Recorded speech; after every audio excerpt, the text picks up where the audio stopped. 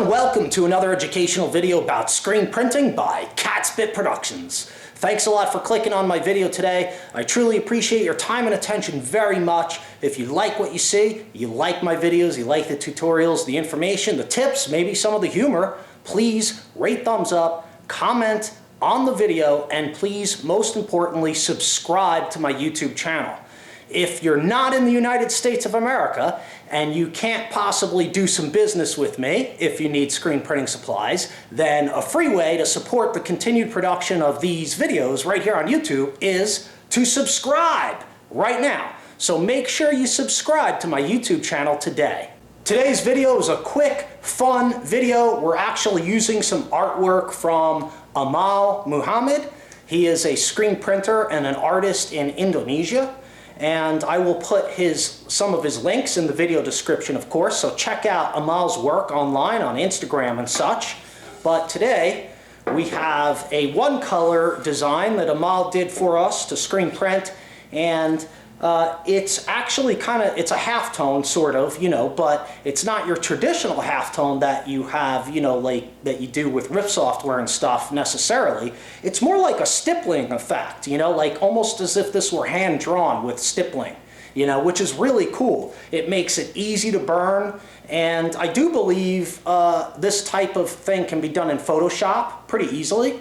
So there are other ways that you can get gradations and tonal ranges in your artwork besides using, actual halftones or percentages of colors, of spot colors, you know what I'm saying? So this is a really cool video to look at this artwork because the way Amal did this artwork is just awesome. It's a great piece of artwork, number one, and the simplicity of it makes it golden for screen printing, right? And you know that artwork can make or break you on press. So let's take a quick look at the film positive. We'll make the screen. I wanted to show you this artwork up close. This is the film positive, and it's against a white piece of paper on my exposure unit here, so you can see the detail.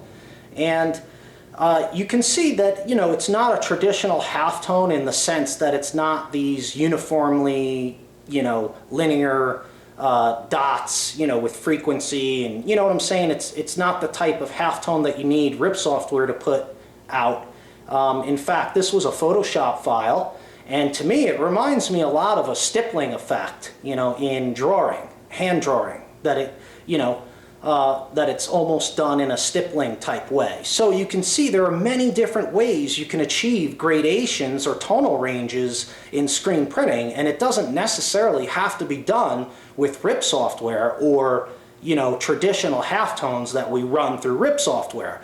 You can achieve gradients or shading in any number of ways that really kind of fall back on traditional hand drawing skills, and like this one. It really looks like a piece of line art that was drawn with some lines and, and then a majority of it done in stippling.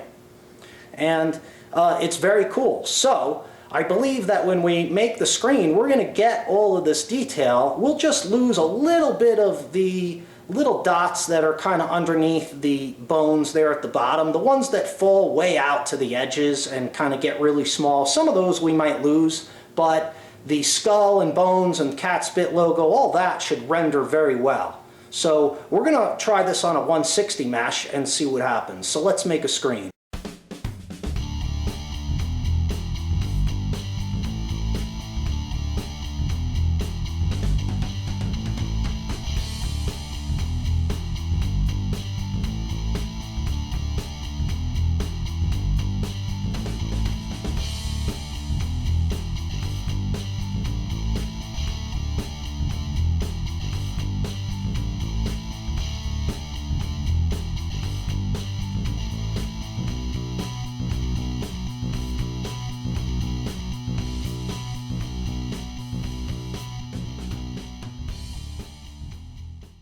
Okay, so let's do a quick test print, and I admit I really need to change my palette tape. This is really bad, but I just want to do this video today, and then before I print any of these, I'll probably just have to change the palette tape just to be all good.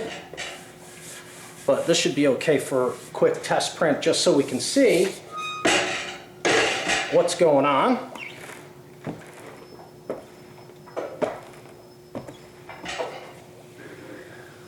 Okay, so this is 160 mesh.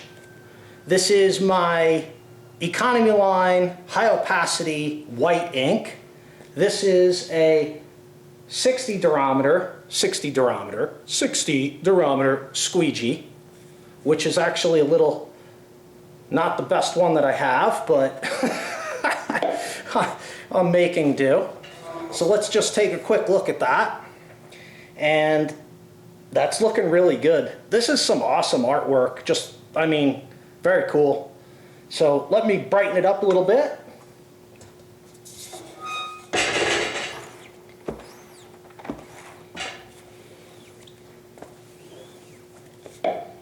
Now that's where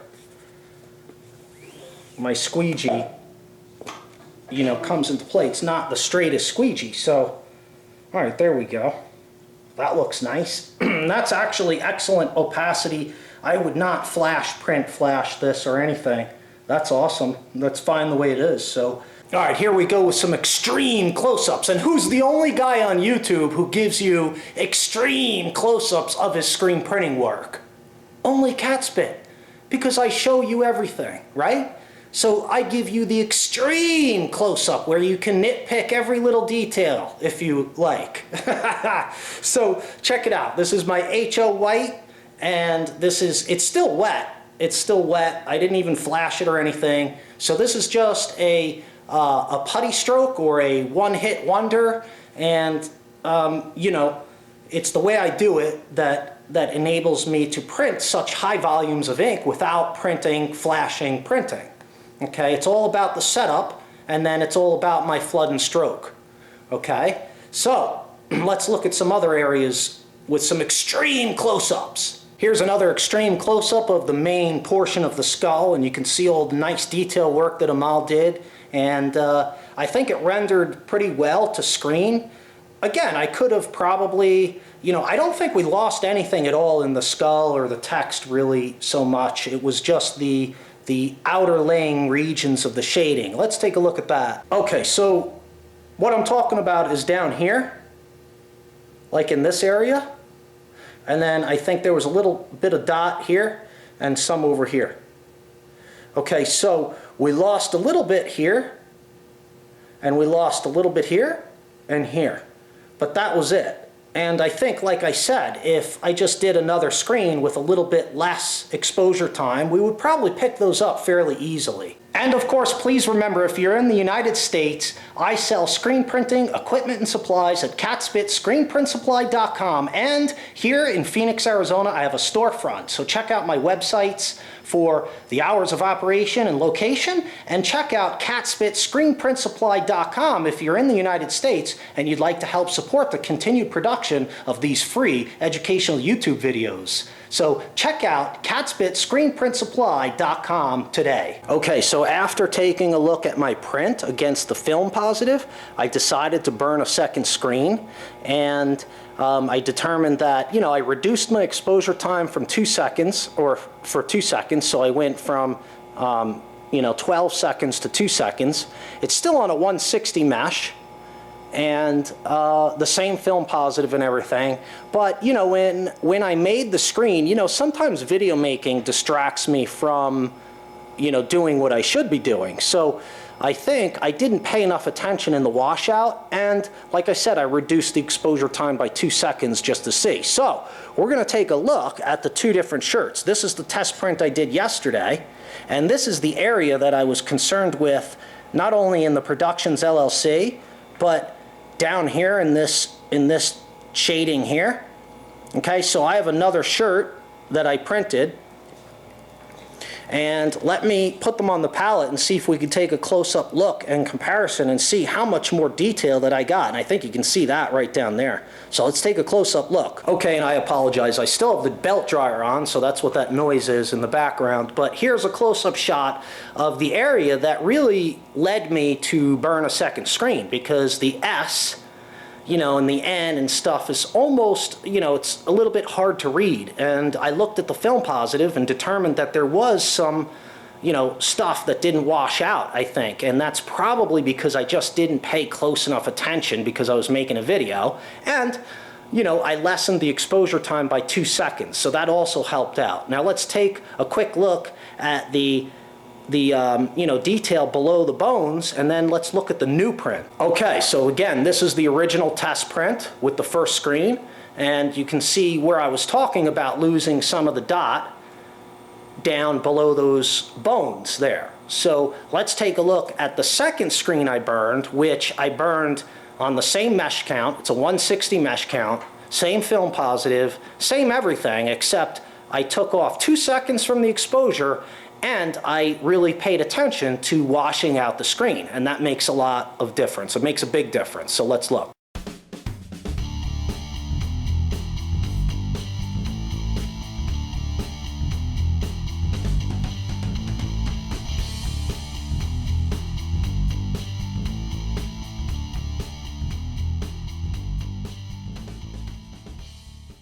Okay, there you go. I think you can see the difference. Productions LLC is much more legible, and I also got a little bit more of the texture off in the cat spit part, the IT. I think it looks a little better. So, sometimes you have to, not only might it be exposure, but just paying attention to what you're doing in the washout booth can really make a difference. So video making is not a good idea when you're working on stuff for customers. But for YouTube videos it's okay. So let's look at the area below the bones and see how much more of the gradient that I got off there. Okay, so there you go. You can see there's a lot more of that gradient below the bones and to the left and right as well, actually. So yeah, so just reducing the exposure time by 2 seconds on an LED exposure unit, and then, really paying attention and not making a video while I was washing out the screen, makes a huge difference. So this is the screen that I will use to print some of these shirts and send Amal a shirt in Indonesia and to give a few of them away, because this is the better screen. So here is the second print, the print that I like best. This is the second screen, and this is the design as a whole. And I think you can see it looks a lot better. I think it looks a lot better because Production LLC is more legible. The I and the T came out a little bit more, and we got a little bit more of the shadowing gradient below the skull and bones.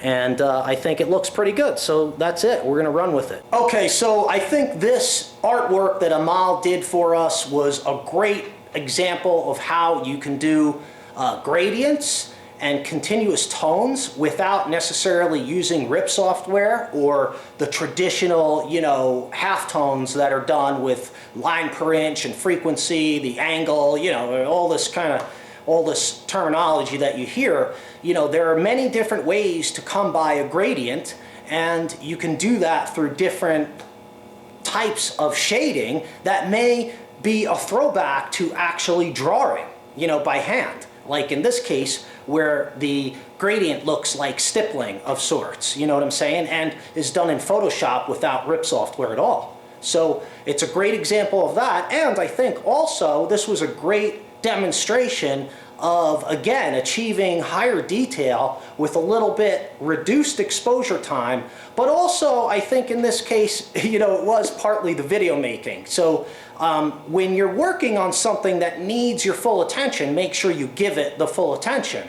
And sometimes I might add that with a highly detailed screen, you may need to make one screen and look at it, and then you'll determine, well, okay, I need to adjust here, I need to do this, I need to do that. And that's what we did with this. I looked at the film positive in comparison to the original test print I did, and I realized that I wanted to get more of that detail off, and that's why we went back and made a second screen for you all to compare the two different prints. And they were on the same exact shirt, the Gildan 5000. Both of them were extra large, same knit, same shirt, same 160 mesh, same film positive. The only thing I did was reduce the exposure time 2 seconds, and most importantly, I paid attention to what I was doing. Okay? So that's all I have for you today. If you like my videos, you like the tips, you like the information, please rate, thumbs up, comment below when you can, and most importantly, subscribe. Subscribe to my YouTube channel and help keep these free videos coming at you right on YouTube. Thanks a lot for watching. I appreciate your time and attention very much, and we'll see you next time.